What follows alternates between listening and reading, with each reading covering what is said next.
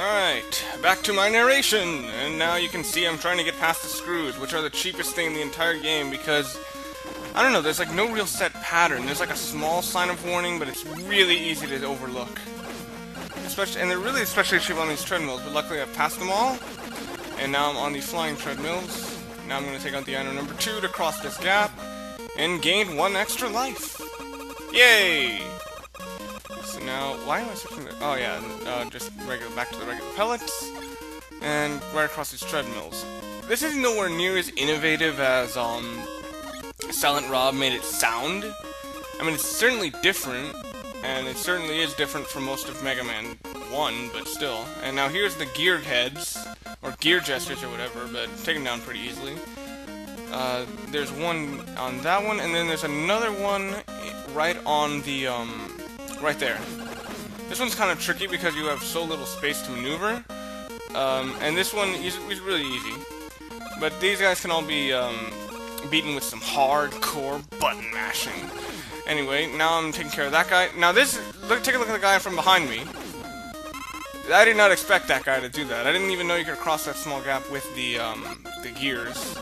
But he took me by surprise, but I'm not beaten by it, and somehow I beat that guy before he even completely reappeared. And now I'm hiding out. Again, as I said in an earlier part, these guys are tricky, but they can be beaten. Anyway, once again, relying on the item number 2, which isn't really that helpful here. It's just needed for like extra things like the lives and the E-tanks. Anyway, just small hopping to avoid the ground things. So now I'm up to Metalman. Metalman's weakness is actually the metal weapon. It can actually beat him in 2 hits, even on this difficulty. The other weakness he has is the quick boomerang, but it's, as you can tell by the treadmills that you're fighting on, that's probably not a good idea to fight him with. So I'm just using the regular pellets. This boss battle is pretty tricky, but is one of the few tricky boss battles. But if you have the metal blades, it's ridiculously easy. It literally takes you like 3 seconds. And you can see I'm not doing very well, but there you go. Metalman is dead. Gears in the background, and the pistons. M. Get equipped with Metal Blade. Or Metal Blades, because this is the most overly abundant weapon in the entire game. Alright, I think I fight Flashman. Yeah, Flashman. Flashman doesn't seem to actually have any weaknesses, but I use Metal Blades.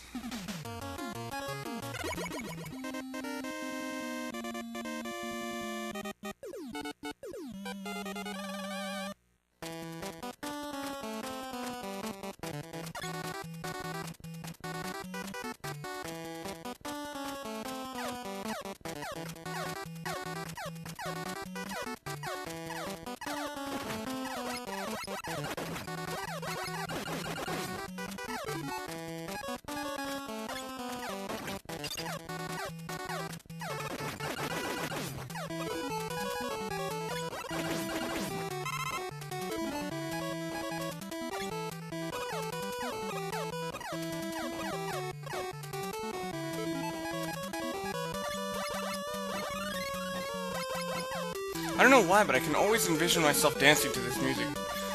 But anyway, this is one of the better tunes in the game. You know, this whole soundtrack's amazing, but I love this sound a little better than most of them. There's one track in particular in this game that's very legendary, but it's not this one. It's Wily Stage 1, which I'm coming up to after very soon.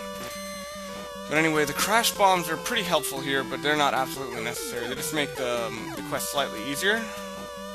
As you can clearly see, if I didn't take that path, I would have had to go through those weird things spitting up boomerangs. Anyway, ignore that guy, fall down, ignore the Sniper Joe on top of whatever the fuck that is. Anyway, now with the pellets, I don't know why I switched to pellets. I still need to end up using the crash bombs anyway. So now I'm crossing these platforms. And anyway, here's the next E-tank. Am I full or is this my 4th one? I'm not sure. I know in Wily's stage I end up becoming full because, you know, I obviously can't take more than 4. And now crossing into Dr. Wily's area. Ah, the Robot Master. Flashman, as far as I've seen, does not have any weaknesses, but the metal blades work very well. I think it's mostly the fact that you can shoot a lot of them at once, more than his weakness to it. Anyway, right there, he's dead. Flashman's really easy if you can avoid his flash thing. His only real strategy to his battle seems to be that he's just running at you. There's no real thought process. F! You get equipped with Time Stopper. It really should be called the Flash Stopper. Red flash, red flash, red flash. Message from Dr. Light. What else could it possibly be but the item number 3? Item number 3 completed. Took you fucking long enough. Get your weapons ready.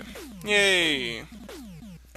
3. Get equipped with item 3. Oh, such a creative name. Okay, this one is the bounce across the ground one. The number 1, I believe, was just a typical platform. So, Quickman or Bubbleman? For some reason I chose Quickman. Quickman is the most annoying stage ever. Well, no, most annoying stage in this game, just because it's primarily memorization.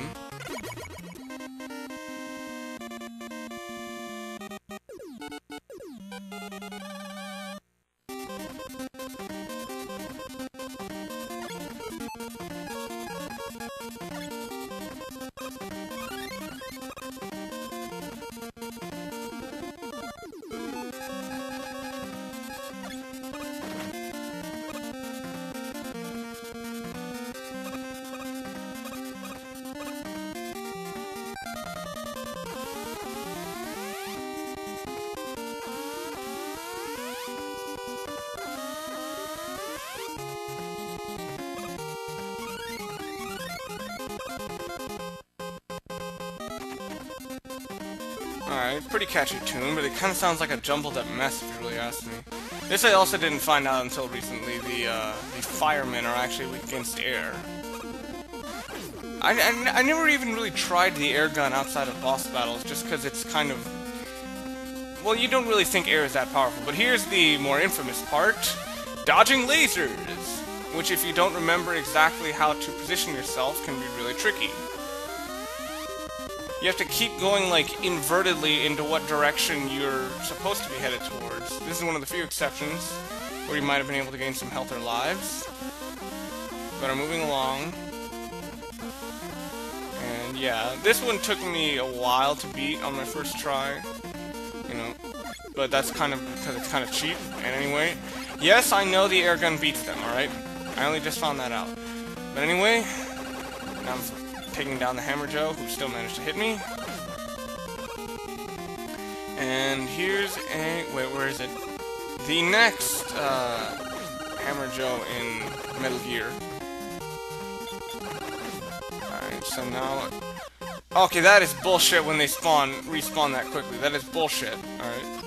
Alright, so Quickman.